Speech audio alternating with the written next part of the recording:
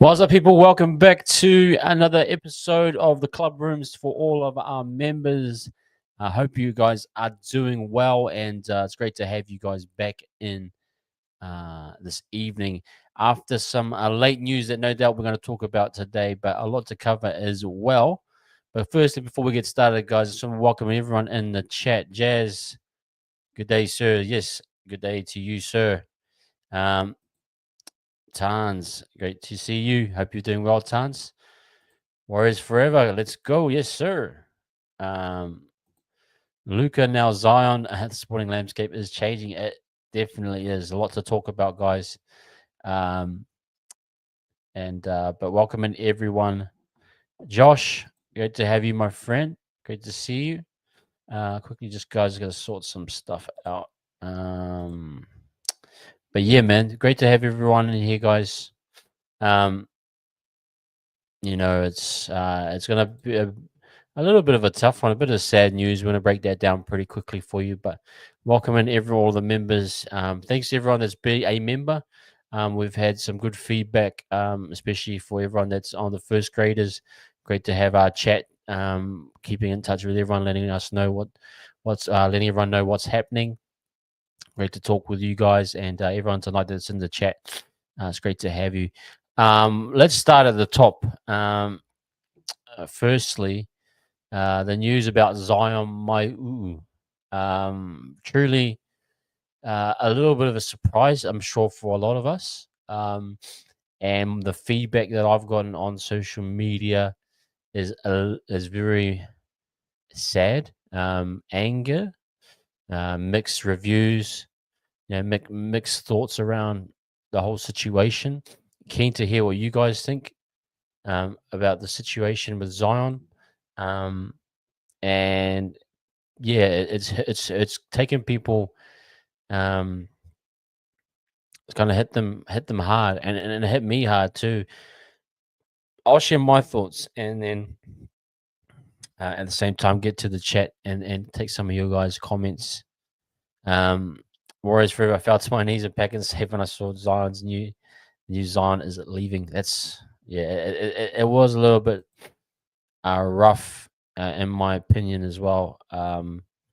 But that it's a quick reminder of the nature of the NRL business. It sleeps for no one. It doesn't matter about your passion and ties, and for a certain player or loyalty. In today's game, it's very different. And I think what hurt me most about Zyon is that, for us, especially since under Webby and since the club has moved back to New Zealand, we have pushed for those developing players, and that we understand. And here on Wise Up TV, we always talk about that we are heading in the way of a development club. And so, the four main guys that we talked about this year, Leka, Dimitrik, Jacob, and Zyon, those four there, and especially in the forwards, I suppose are going to play a big part of what the future might hold. And you're thinking in an ideal situation, all those four come together and they develop and they become, the future of our forward pack. And I suppose that vision of what development looks like, and I suppose my intention of what development looks like, took a little bit of a hit today, and made me reevaluate maybe what the club is doing and the pressure the club is under. Now, there's two ways of looking at it, or there's three actually. Firstly, there's the club. I mean, the club, the Warriors, traditionally for the last 30 to 35 years, everyone that's followed the club know we have had amazing talent come through the door, but that we've also lost amazing talent to other clubs. Recent example, that these players haven't always been the most effective at the Warriors, and you could say that the Warriors is almost a holiday camp. And when they go to these other places like Melbourne, for example, Ali Katoa, we understand that these players all of a sudden show what they have potential wise, and and achieve their potential. Siosiua Talkeaho is one that stands to mind. There's a few others as well, and that's one of the saddest things for me is seeing those players do so well, and you want them to have success. I'm not denying any of our Warriors players, wherever they go, success and growth for their families. That's what, at the end of the day, they are players and they play for themselves, but also their families and the future of their families. But as a fan, it's tough. It's tough to watch. It's tough to watch Ali Katoa in a grand final, you know, and thinking what he could have done for us, and Siwa with the Roosters and the success he had there, plenty of others over the years, but it kind of that's a big hit, in terms of seeing them success and what could have been for us. Now, in most cases, those players don't succeed unless they go away. We know that's a story for a lot of people. It's not until they move away or go somewhere else that we have success in life or get out of a certain situation. So I understand that. But as a fan of the club, it's tough. Now, the other side of it is that the club, at times, and we know as Warriors fans, have chosen the wrong talent to support, have many a time let go of talent that they thought not deemed NRL quality, and that talent has gone on to be successful. And they've almost kept the talent that they thought was going to be a good talent, and that talent hasn't achieved in many ways the talent, what that one that they let go of. So there is a bit of that mistrust for those that have followed the team for a long time. But I think we are in a good phase here of, the club. Let's be honest. This is a new era for them. Look, I was watching the Harold Mats and the SG Ball, and then you got the Jersey Flag and the Cup, and then they've got almost like 150 players from the juniors right through to the first grade, plus the women's team. They're managing probably 100 to 150 players, and you got to decide, eventually that for maybe 4 to 5 spots after you've done your recruitment in Aussie for the first grade, you got to pick the best of that 150, nail it, keep it, sign it up, keep them happy, because there's all things like compassionate grounds. There's so much that goes into it, but getting that right has been such a difficulty for the club, and that's where you're thinking, man, they've done well so far. They've kept Zyon, they've kept all these guys, and today was the first little crack, and it felt like, I hope we don't head down this path where we eventually lose the up and coming talents of like a Leka Halasim or Dimitri, all those things. So that was kind of more of a PTSD. I'm being gonna be honest. Now the reality is Zyon, let's call it what it wasn't touted to be above Dimitri or Leka, and probably fell down the depth chart. I understand that. So it's not as though it's like we've lost one of the top ones. Say, for example, Dimitri wanted to leave. He's probably, or him or Leka are probably our most highly touted talents. Ali Leatoa would hurt because we've seen his potential on the field. So it isn't exactly like that, but in a small way feels like if that had happened to those guys, we probably would be very upset. So I kind of get it from both angles. And it's just a bit of a frustration, but also a potential. There's we're down to 27 top players.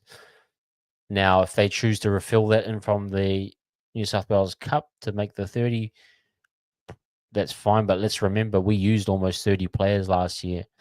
Do we really want, in a tough situation of the year, to be bringing in an even younger player or less experienced, or diving deeper into our pathways to be, for when we're mid-seasons, when you do have a Zyon come in, or are we depending on even a Jersey Flag or a Cup player to come and fill that role now? So it's a little bit of a tricky one. I mean, I'll be honest. There's players at the club currently that I'm thinking, well, why don't you release that player so Zyon can stay and get more game time? That's my view. I even last year, when the season felt like it was over, I was like, let the young boys play. Pretty much, let Zion have a crack, give these guys an opportunity. Webby didn't go that route.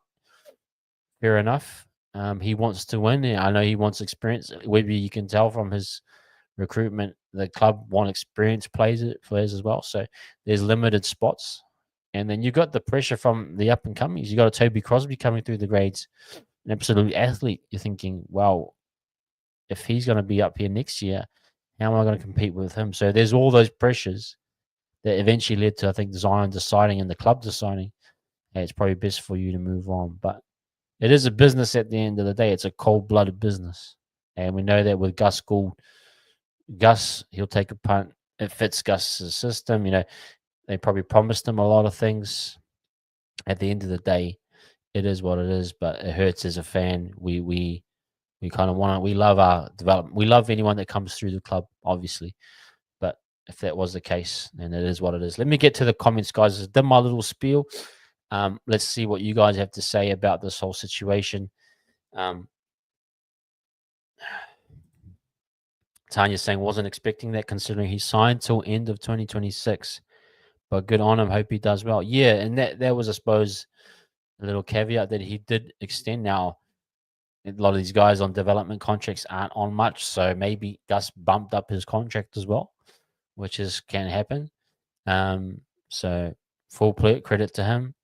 And I suppose at the end of the day, he wanted to be playing. A lot of guys could take a contract and accept playing in Cup and just ride that out because they got a contract. Obviously, Zion thinks highly of himself and wants to be successful, to fight for an even bigger NRL contract at some point. Well, Gus has provided that for him. So good on him for giving that a crack. What other props do we have? I mean, I haven't really looked in the depth chart yet. But I would probably be looking at getting someone in, because you have lost Tohu. Let's remember that we lost Tohu, so we need to replace that, and we need to replace Zion, which is a depth player. Maybe they replace him through someone in Cup, or someone through the junior grades. But you're probably thinking there might be a push to get someone from overseas. But let's wait and see. Jazz saying, I understand people being upset losing Zion, recruitment and retention dropping the ball, etc. But this was always on the cards. We are never going to be able to hold on to all of the young guns. It's true. I think we'll quickly move on from this, Jazz, myself personally. But when you hear it at the time, it does hurt. It does sting a little bit. But guys, like I said, we're playing or developing over 100 athletes. Harold Matz has about a 30 to 40 man squad. SG Ball has 30 to 40. Jersey Flag will have close to 30, I'd say. Then you've got the Cup. And so you got to sift that down to 30 guys. You go from 150 to 30 and even less. When you've got experienced NRL players on long contracts, there's maybe 5 spots. So you're looking at less than 5% or maybe 10% of that talent out of all that development has to be selected, has to choose it, and has to want to be at the Warriors and be given opportunities to develop. All those things need to be right. But this is a part of the journey of being a development club. Totally get it. Nick Minute, Francis Molo, not the biggest fan of that, but I suppose my argument for it is, Francis Molo is like a Bunty R4, that type of, like, probably a little bit better. I totally get that, but you've already kind of got that covered. Not saying exactly. I think Francis is definitely a starting. He does play proper minutes and is a proper front rower, but it's like, it's almost like we need to release Bunty to be able to access, to bring in a Francis. You know what I mean? Whereas for saying the fact that we now have 3 spaces in our top 30 is a concern, knowing the lack of availability on the market and the amount of experience we have lost. It is. like I said, we used 28. I think we used 30, 31 players last year by the end of all of our injury crisis. And to get to the midpoint of the year to be that deep, you cannot go in with 27, in my opinion. Obviously, they'll bump someone up from Cup, maybe two, and then maybe they need to get someone from overseas. They need to get obviously 30. They will, but they have to make sure, in my opinion, that that person is either at the level of a Zyon Maiu'U or better. Um, so Mackie's saying he fell down the depth chart. Yeah, no, that's truth. Let's not try and say that Zion was the top prospect of those four. In fact, the way that he didn't get game time that he got less game time than Laban, Dimitrik, and Leka tells you he was at the bottom of the four. So that is what it is. Whereas I thought the Dogs top 30 was already locked in as well. Yeah, Ash, guys, just a quick update. Ash will be doing tomorrow night show, All You Can Eat. I won't be here, I'll be away. But Ash will have more details as he knows the wider NRL. He'll know each team's squads and probably give you a bit of insight around the Zion situation as well. So maybe come and check in tomorrow night for Ash's thoughts around the situation and the knowledge he has about other squads as well. Brody as well, no doubt, will have a keen eye and interest on Zion. Jazz saying, I trust our recruitment and retention more now than in the past. I don't get the same we're doomed now type of feeling as in the past when losing players or even when recruiting players as well. Great calls, Jazz. Yeah. You know me, I got that little bit of PTSD. I'm so used to losing guys. But I do definitely agree with it. I think they probably made the right call. Team Mackie saying, this reminds me of Vailea. Team went with Berry over Vailea due to his defensive development. Club has picked Halasima Vaimaunga over Maiu'U. Great call there, Team Mackie, and a good example. Totally get it. We went with Berry, who at that time had less attacking prowess of a Vailea. And Vailea was more attacking, more even stature-wise. I think Vailea has that center build. But we've seen the value of Berry, his defensive prowess. He's really come and grown, and we know he's going to develop even more. And even though I watch Vailea, he's done well at the Cowboys. He still lacks that engine. You see Vailea tire out so much. Totally agree.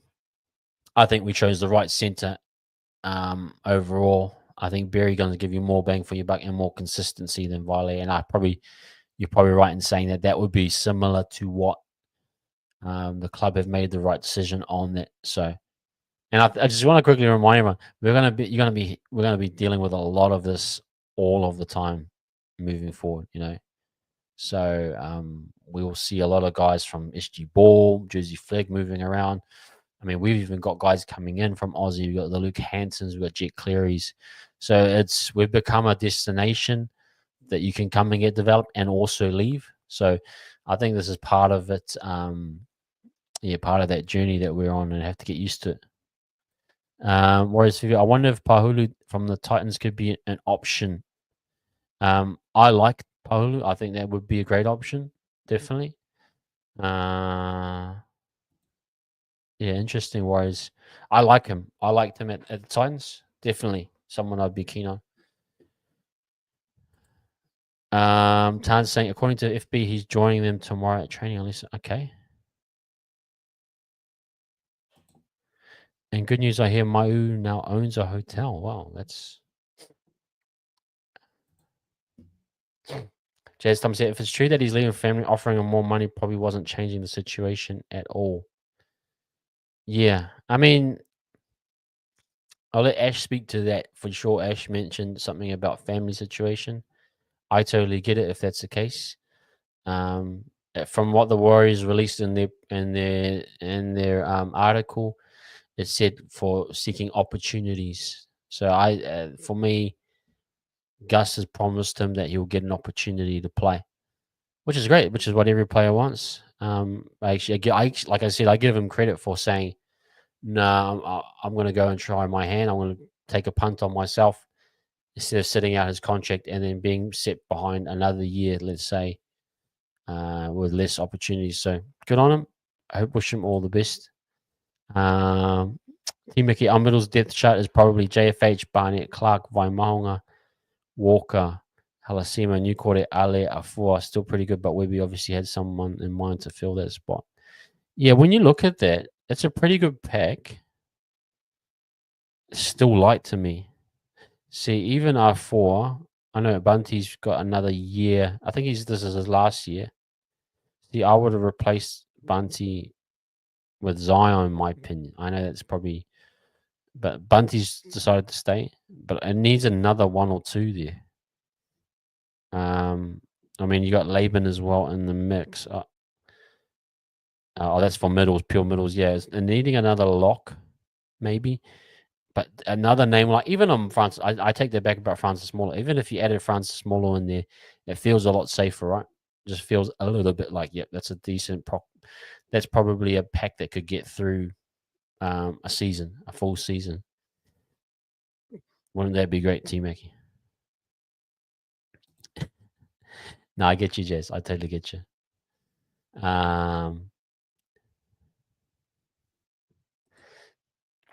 Yeah, that would be great, wouldn't it?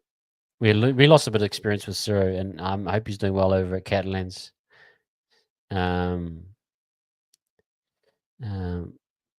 good shot. Okay, that's that situation, guys. Keep flooding the comments. Anyway, but good to talk it over with you guys. I feel a lot calmer. Feel a lot less stressed. I think everyone's kind of we're taking it in and we're absorbing it, and then we're realizing the situation and how we can. I totally go back to that point that Jay says. I do trust the recruitment staff. I do trust the club. I think they're in a better. They got better people in the right positions. So I think this is the right decision at the end of the day. But wishing Zyon the best in his rugby league journey, and one thing I would love if kind of like how they do it in soccer, and where you can't play against the team that you got released from. That would be cool. Just I don't want to see Zyon play for the Bulldogs and then him have to face us in a semi-final or something. It would kill me. But yes, okay, guys, we're going to just change tack a little bit. Had a great opportunity to watch the Harold Mets team, and they got over Manly. Really good game. And for those that watched, it's on the Bar Sports TV app. Pretty good app, really. I mean, for them to get video footage out to these games, there wasn't any commentary, but you didn't really need it. You just wanted to watch the game. But it was great to see our boys play. The Harold Mets was really good. It was kind of a tight first half, and then they just broke away. And they got some real weapons. Just wanted to cover. I did a little reel, and I chose 3 guys that I thought really kind of stood out for me. The first one was Jeremiah Lemana, I think it is. Let me just get these names up, guys. I don't want to butcher some of our boys that played. But they were, yeah. He as a fullback, he looks like a really dangerous runner. I think he played Cup last year, if I'm not wrong. Yeah, Jeremiah I thought had a really good running game. He's got a really strong running game. And I thought he was really good. Ashton, the 7, Ula Yeremia, I thought he was really good. He's he'll end up probably being a 5'8", I would say. But he had some good organization, some good plays at the line. Had a good little short kicking game. It was good to see our players, the pattern and style. I remember when Webby said that, and Cam George said, that Cappy and that was saying they're going to use the same model through the grades. And you can see the same structures, and the guys are getting used to that. You're seeing the guys that are quite good at that short field kicking game. So when they get over the 15-meter line, Ashton in particular had a really nice, like an SJ bomb where they pinned the guys down into the corner. He was quite good. So you can see these kids are developing those skill sets early. And Ashton for me was one that his kicking game was on point. He got over the line twice. He's a bigger boy. He's stronger. But I thought he was quite effective in his game. I see him more as a running 5'8". Moving forward, he could even reminds me of a. He could end up being in a hooker role kind of thing. He could. It depends how his frame kind of builds out. He's a little bit on the stockier side, but I thought he was actually a really good player. Now, the big one that stands out in this Harold Metz level was Bishop Neal. He looks like Nas. He actually looks like Nas, for one thing, but his size on the field made him even look more like Nas. How Nas is freakishly big. But Nas is sorry, Bishop Neal. Yeah, he's a talent. He's just a physical specimen, but they use him on an edge. I think he's more of a forward, a front rower, but they're using him as a left-sided back rower. Kind of didn't really get, in my opinion, um, his line running in that isn't quite there, and obviously his development is going to take a few years. But I think he could be a really dangerous back rower, but needs to work. They need to work on line running. Not just using his power and his size to get over guys. I mean, I think he got two or three tries, or might have been two in the end, that just overpowered, little tiny centers and fullbacks. And that's good until you get to a certain level where you need to work on your skill. And so I think Bishop is one that I think could take from some really good coaching, really an individual coaching, working on his individual game, his line running, how to use the size effectively. He's got a pretty good motor on him. In fact, I want to give credit to all those teams, the Mets and the SG Ball. They were quite fit, like really solidly fit. Like I think they even had 6 games because there was no commentary. I couldn't really tell, but I saw the ref waving for 6 games, and the boys were defending their line. It was really, really good. And Bishop had a good motor on him. I think he's going to be a really good player. I just want to see him developed a bit more. But there's some gun players in there. Even the two props off the bench. I'll learn the names over the season, but they had some good. They really started punching around the middle. We'll see a Tia from Tefano Tape, my old school. He was good off the bench, great around the ruck, good speed, active at the line, had a good flow for the game. He got that kind of ruck going, and our boys started to get on top. But some good talent in that team. I think the Harold Mets, I think they'll go well. But for sure, yeah. Just quickly, the 8 in the Mets team look like a giant. Yeah. There's a few big boys. Let me just quickly check the names. Lucian and Mikhaili. I think those are two brothers, the starting front rowers, Lucian and D'Angelo. Yeah. Ashton. Yeah, he might be from the Erdemir family.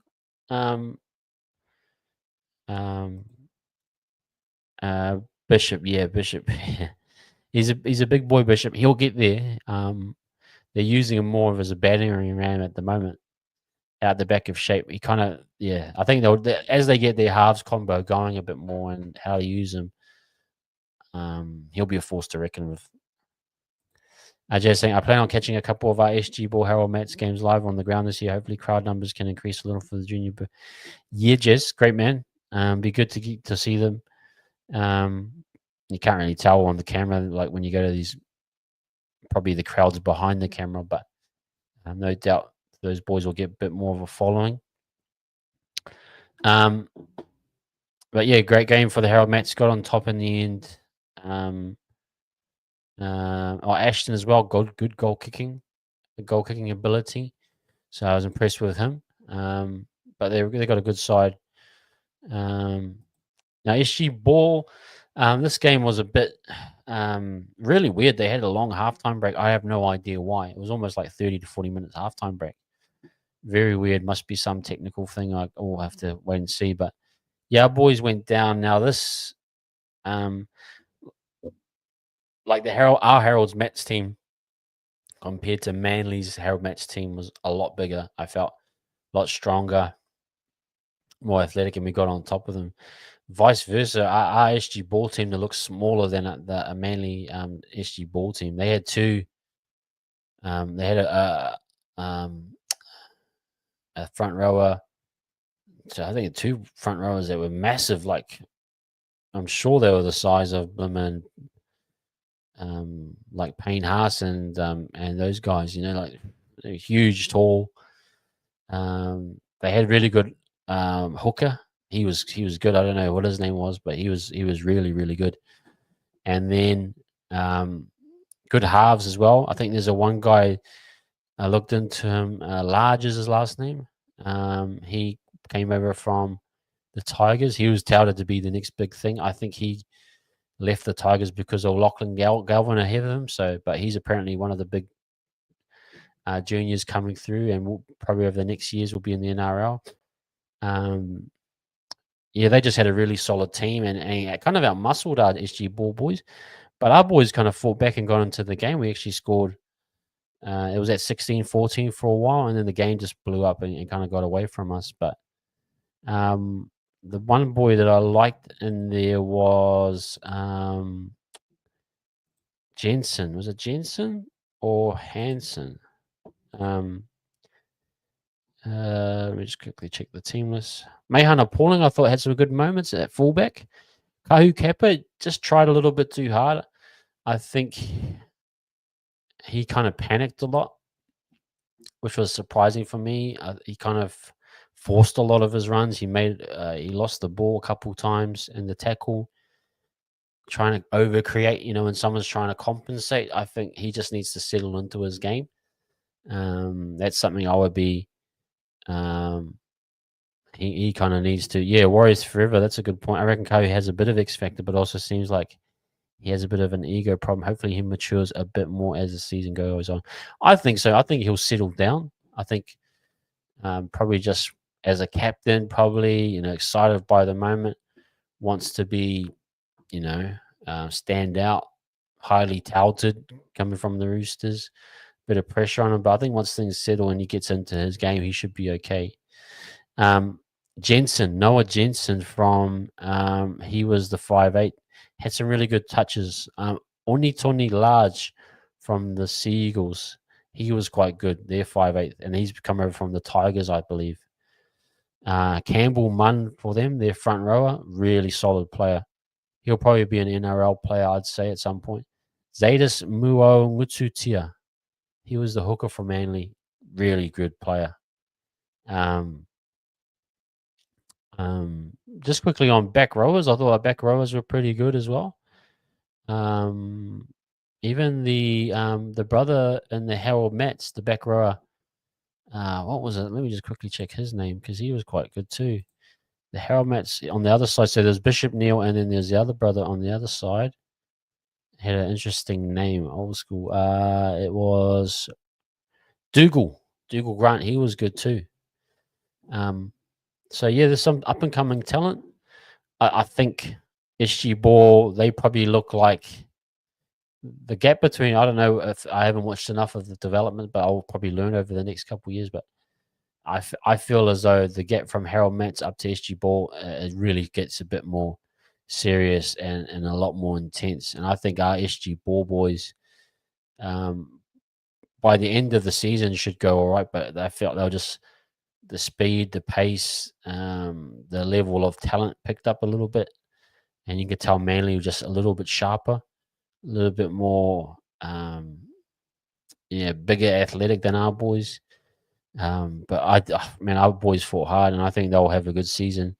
Again, both teams, I think, had a lot of errors in them. They will probably round out towards the season. But for the SG Ball, I think they just need a bit more time.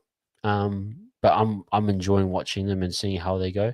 I thought they were really, really cool to watch. And so looking forward to their game. I think it's this Sunday against the Panthers, double header again. And then the following week, there'll be a few at Mounts at FMG, that's where I live. So I'll probably go and watch them live as well and see how they play. But good to get to know some of the boys. Heaps of talent and heaps to watch out for. Let me just check anyone else. Any comments in here? But yeah, guys. Anyway, preseason, yeah, officially starting this week. Crazy, we're finally here. Pumped for it. There'll be a team list tomorrow. Like I said, guys, the Ash will be running all you can eat tomorrow. So come in and check with him when that team list drops. I know doubt there'll be massive thoughts on who the team is. I'm sure it'll be a lot of the Cup boys. We may get a glimpse at a halves pairing. We may get a glimpse at fullback. We don't know. It's usually the second game, but because we are going over to America, I think there's an argument to say that maybe the main guys will play early. Usually the main guys play in the second match, so that would be at FMG against Melbourne, and usually it's the first half, but we don't know. I'll be interested to see what happens. But yeah, a lot to weigh up, a lot to think about. And just pumped. Yeah, man. Teamless Tuesday is back. We're back into that cycle. So in terms of Warrior, news, again, it's a slow period of the year. Not much happening. But pumped to see what we can do. I know we've covered most of the media stuff that we talked about already. But if there's anything else that you guys want to discuss, let me know in the chat. If you got any questions now that you want to cover before kind of wrapping up, let's talk about them. So get your questions in, guys. Great point. Warriors Forever. That's what happened last year with all the Vegas teams. They played their full strength team in game one. Great. Wow. So we guys, let me just pull this up. So we do go over to Shark Park this Friday. Great. It's a Friday game. That's even better. That's like right around the corner, right?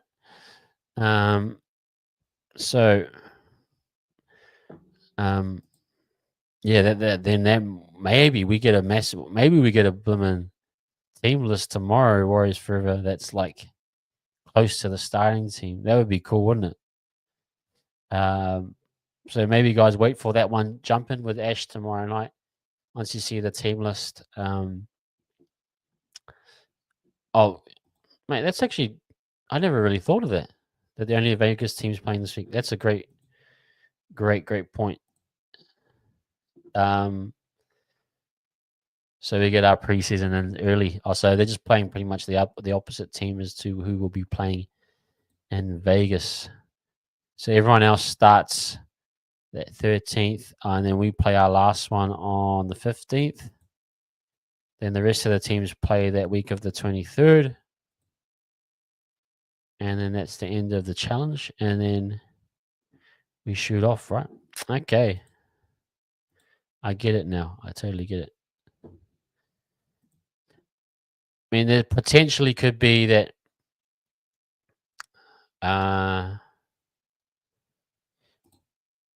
Team Asia should have been played at Mount Smart on Waitangi. That would have been smart. No pun intended, but that would have been a great event to be at. Even, yeah, that would have been cool, actually. Waitangi Day. There would have been a good little event to go to, actually. I would have definitely gone to that. So, yeah, preseason, yeah, it's so that, okay, so at the same time, I could see them doing it round one, but also round in week two, because they've still got a week to prepare. But at the same time, yeah, you don't want to take anyone injured over to. If someone gets injured in that preseason on the second week, you've got one less week of prep with them to start round one. And round one, it's so important. So I totally get that. Maybe we see, guys, a round one team of the starters. Maybe we see our halves pairing this week. So everyone that's had a gamble, we're nearly here. We might get the halves pairing that you guys want. So maybe it might be Boyd and Metcalf tomorrow in that team list.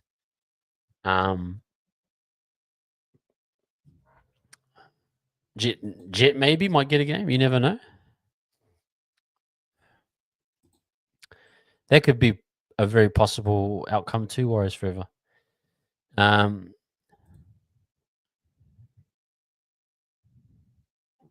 Buzzman, you got a great point there. That's actually a really, really good point. So something to think about. We might be, yeah, we're definitely going to get our team list tomorrow, guys. And be ready for it. Team Mackey saying Metcalf and Tamighty. Yep, I think a lot of people are holding to that as well. Wonder what our Māori team's going to look like if they go to the USA. So the Māoris play on the 15th. Maybe those 4 teams don't really have much representation from in terms of that Māoris team. That would be a kind of a clash of interest, right? Because that player would then have to, depending on when we leave, they'd have to come back and then fly over. And I'm sure we're doing a week's prep in the US. So yeah, totally. I mean, the Māoris game for me isn't a big game. I like to rest players if I can, but I'll see what happens. See what happens in that situation. Okay, guys. Yeah, good chat, guys. Gonna go for another about 5 to 10 minutes, guys. So get in any more questions that you may have. I mean, tomorrow will be a big, big night with Ash, as you'll get that team list and we'll get a picture of who's going to play.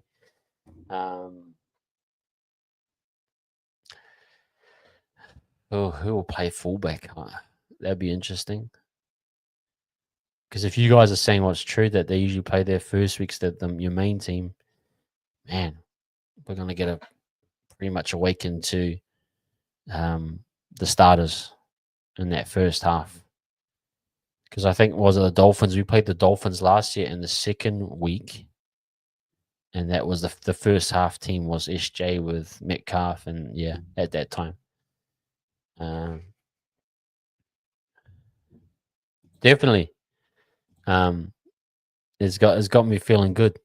Better than Lego, as they say, there's a classic saying, old Andrew Johns. No, was it Matty Johns? Have you heard if 7-star Tyler King is joining our NRLW team? She's left it. Possibly. I mean, I haven't heard anything detailed about that. That's a possibility. I know that a lot of the talk was that she was, leaving her, getting released from a contract, and the talk was the Warriors. I'd imagine a lot of the girls that were initially based in New Zealand that were Sevens players probably would be attracted to coming back to the Warriors.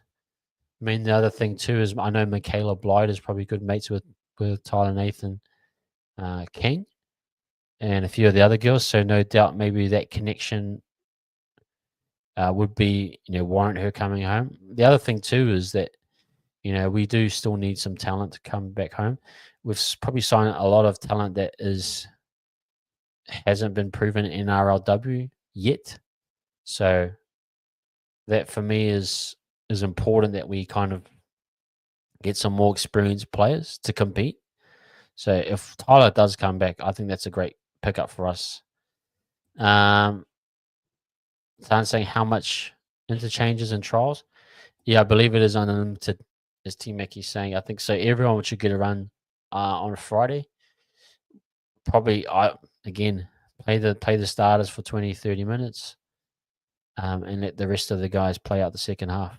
And then we can get a feel for if there is a Jet Cleary or whoever on the radar, we get a look at them. Probably a Luke Hanson will probably get a decent run. A lot of the other Cup boys, love to see Dimitri get out there, Leka, all those boys get a run in. Aaron as well, see who kind of starting lock options would be. See where Jackson Ford's kind of being put, what the role is for him. Sam Healy's probably one I would love to see 40 minutes of Sam Healy at hooker. So yeah, there's a lot to kind of break down for sure. Whereas for saying Manly, interestingly rested all their first grade players from preseason games last season. Just imagine if Webby left us hanging with that. It's not a bad idea. I mean, Manly went far, right, into the finals. Can see that. Not sure if we'll see that though. Warriors favorite. I can't wait to see Fish and AFB battle, even though it's only Would love to see a stint of it. I mean, absolutely. What if we get that straight away? That would be great. Team Maker saying, I do think Webby will play mind games, expecting 50% of the side to be actual first team. Yeah, I think there's a bit of that going as well. Webby's talked about RTS not wanting to reveal him early. Maybe we don't see RTS really feature in a position. We will have to wait and see. But yeah, I think Webby will play his cards close.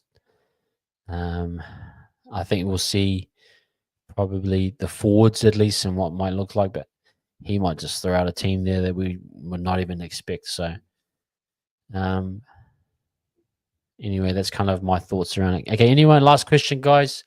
We'll wrap up in the next 2-3 minutes. I think I've covered most of what I can cover at the moment.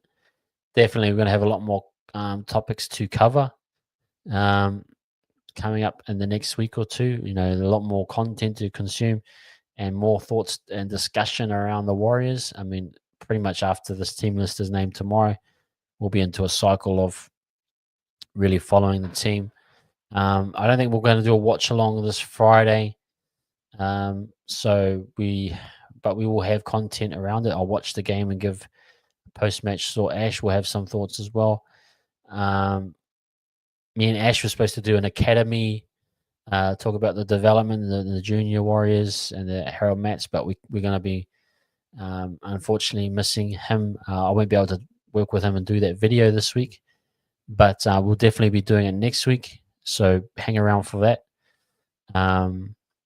But yeah, we'll be having more content definitely as we get more stuff to watch. But yeah, be ready for that stuff. It's Charles. Yeah, it's this weekend, so it's this Friday. At 9:30 over at Shark Park. So yeah, get in to watch that one, guys. If you are local over in Aussie, go and check that out. Yeah, they'll be using the interchange pretty hard Friday night. Yeah, hit the Twitch again, bro. Do what you got to do. Yeah, I got to resubscribe to Blooming Sky Sport, man. But it is what it is. It's part of the gig, so I understand that. But yeah. Anyway, guys, I'll leave it there. Thanks for popping in, all of our members. Hope you guys have been enjoying content. Great to have our WhatsApp chat for all of our first graders. Good getting to know everyone. Appreciate it. If you are a first grader and you haven't joined the WhatsApp group and you want to, it is in the community tab. So if you look at the community tab on the Wise Up TV, it will have the link there. But if not, email me at wiseuptv@gmail.com. But it's only for the first grade members. For those that are reserve graders, still we appreciate you guys jumping in the chat and got content coming up for you guys as well.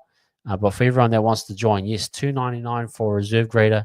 That gets you into the members room to hear your chats. You can get prioritized on a Monday night. If you got any questions, Killer, great to see you, my friend. And then first graders, if you want to, jump in. Got more perks. We got a WhatsApp chat. We've got a fantasy league. If you're into that, you can play. We've got members videos, opportunities for fan cams, and those types of things. So, absolutely great to have everyone. Jazz, that'll be a good game. Yeah, good on you, and good to see you, Killer. Hope you're well, my friend. But anyway, guys, we'll leave it there. We'll catch you guys on the not tomorrow, but yeah, content coming out. Come and check out Ash. His thoughts around the whole Zyon situation. He'll have an understanding of the Bulldogs. Check out Ash's shows on Wednesdays and Thursdays as well. Always good to support the bro on his own channel. He's doing really well. So let's keep that happening. But guys, if you are here for the first time, thank you for watching. Please hit that like and subscribe. We are on our way to 2,000. Grateful for everyone's support and hopefully get there quickly and we can continue to grow as we support our team. But stay safe, guys. Catch you next week and stay safe and enjoy the game on Friday night. We'll have some content post match to watch as well. So be ready for that. But enjoy the team list tomorrow. We'll check in with everyone later on throughout the week. Peace.